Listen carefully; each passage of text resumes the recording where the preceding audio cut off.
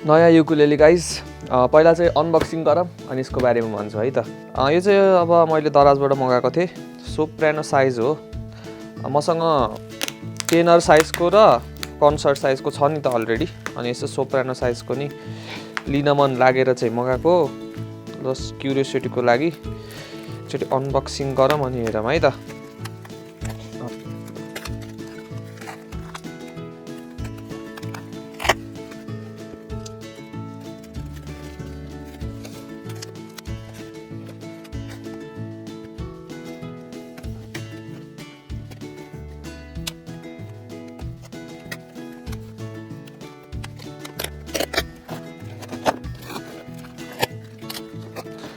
Guys packing चाहिँ दामी गरेको छ।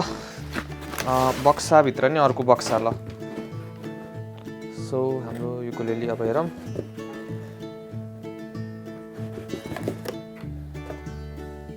ओके, यो चाहिँ मसलेडी ब्रान्डको है त। सोप्रानो साइजको मसलेडी ब्रान्डको।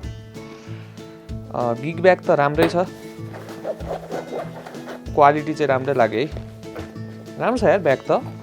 मैले हेरेको छु क्या अरू ब्यागहरू कस्तो चिप क्वालिटीको हुन्छ। यो त राम्रो लाग्यो मलाई साँच्ची भने।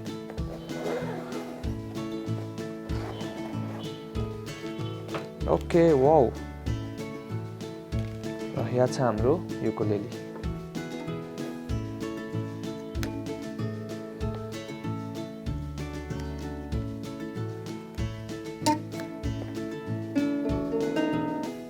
ट्युन चाहिँ भएको रहेनछ। एकचोटि ट्युन गरौँ है त।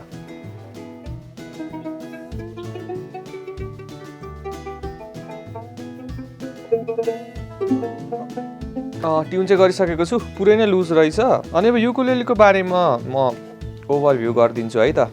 यो चाहिँ मैले भनिहालेँ मसलेडी ब्रान्डको हो। सोप्रानो साइजमा भयो। अनि यसको फिनिसिङहरूको बारेमा कुरा गर्नुपर्दा चाहिँ सबै कुरा हेर्दाखेरि चाहिँ राम्रो छ है। त्यस्तो कतै पनि अनफिनिस्ड जब जस्तो देखेको छैन।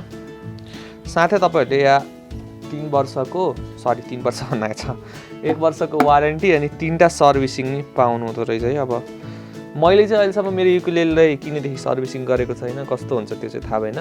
तर सायद 3 चोटि भनेपछि स्ट्रिङ्सहरू पनि फेरिदिने हो कि आई डोन्ट नो है। मलाई के हो त्यो चाहिँ ठ्याक्क चाहिँ यता पर्चेसको डेटहरू सबै पाउने चाहिँ रहेछ है त। म देखाइदिन्छु। देख्नुभयो कि नै त्यो पाएँ। अब कलरको बारेमा कुरा गर्नुपर्दा यो अलि स्यापिली टाइपको कलरमा छ है। मैले नेचुरल कलर मगाएको थिएँ कि स्यापिली, एकचोटि म चेक गर्छु ल। मैले मगाउनु चाहिँ कस्तो कलरको मगाएको थिएँ। स्यापिलीमै रहेछ, सरी। अब हल्का यसको स्पेकको बारेमा कुरा गर्नुपर्दा चाहिँ यो चाहिँ महगनी रहेछ। महगनी टप, नेक, ब्याक साइड्स अनि रोजवुडको रहेछ फिङ्गरबोर्ड चाहिँ। ओभरअल भन्नुपर्दा चाहिँ भ्यालु फर मनी जस्तो लाग्यो। किनभने मलाई यसको मेन कुरा चाहिँ यसको ब्यागै मलाई लास्टै मन पऱ्यो क्या। किनभने अरू कति युकुलेलीहरूमा चाहिँ अलिक चिप क्वालिटीको ब्याग आउँछ क्या। सस्तो टाइपको त्यो चिप्लो हुन्छ नि एउटा, यो 1 लेयर मात्रै भएको। यो चाहिँ अलिक प्याडेड टाइपको छ। साँच्ची भनेको प्याडेड छ यार ब्याग। सो युकुलेलीको लागि चाहिँ ब्याग चाहिँ राम्रो छ होइन। अब यसको साउन्ड पनि टेस्ट चाहिँ गर्नेछौँ। यसको प्राइसको बारेमा कुरा गर्नुपर्दा चाहिँ यो चाहिँ नर्मल्ली 4000 लेखेको छ है नर्मल डेजमा। तर अहिले चाहिँ सेलको टाइममा चाहिँ 2300 जतिमा किन्न सक्नुहुँदो रहेछ। अब 2300 को प्राइस अनुसार चाहिँ मलाई यो युकुलेली एकदमै राम्रो लाग्यो क्या। किनभने यसमा ब्याग पनि राम्रो पाउनुहुन्छ अनि फिल गर्दाखेरि पनि त्यस्तो सस्तो फिल हुँदैन है। हुन्छ नि काठको छ त्यही भएर राम्रो फिल हुन्छ। प्लास्टिकको अथवा त्यस्तो टाइपको छैन है। नर्मल चिप क्वालिटीको काठको चाहिँ छैन। अनि यो one of the best selling ukulele पनि रहेछ। रिभ्यूहरू पनि मैले हेरेको थिएँ किन्नुभन्दा अगाडि चाहिँ राम्रै लाग्यो। सो यदि तपाईँहरूलाई पनि किन्न मन छ भने चाहिँ म यसको लिङ्क चाहिँ डिस्क्रिप्सनमा हालिदिन्छु। त्यहाँबाट चेक गर्न सक्नुहुन्छ है। अब चाहिँ हामी यसको साउन्ड टेस्ट गरौँ।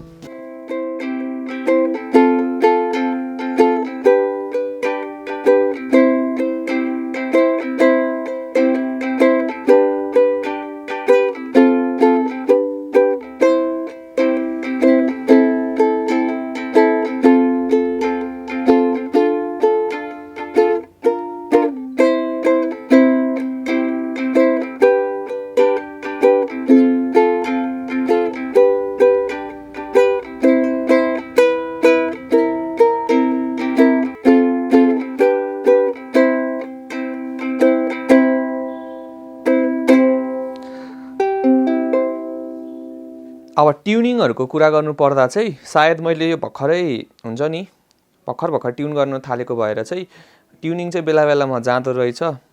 नयाँ स्ट्रिङ हाल्दाखेरि चाहिँ तपाईँहरूको यस्तै नै हुन्छ है। एकचोटि यो स्ट्रिङ सेट भइसकेपछि चाहिँ इन्स्ट्रुमेन्टको असली ट्युनिङ स्टेबिलिटी थाहा हुन्छ। तर एक दुईचोटि मैले ट्युन गर्नु पर्यो, त्यसपछि चाहिँ गएको छैन है ट्युनिङ। अब साउन्ड पनि हेर्न सक्नुहुन्छ। साउन्ड चाहिँ मलाई सोप्रानो युकुलेलेको कस्तो मिठो टाइपको साउन्ड आउँछ नि, तिखो टाइपको, त्यो चाहिँ लास्ट मनपर्छ।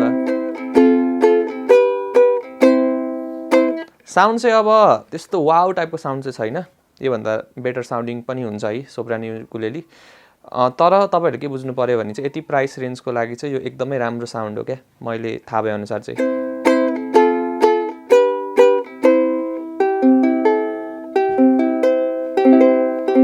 देख्न सक्नुभयो हल्का ट्युन चाहिँ गयो होइन।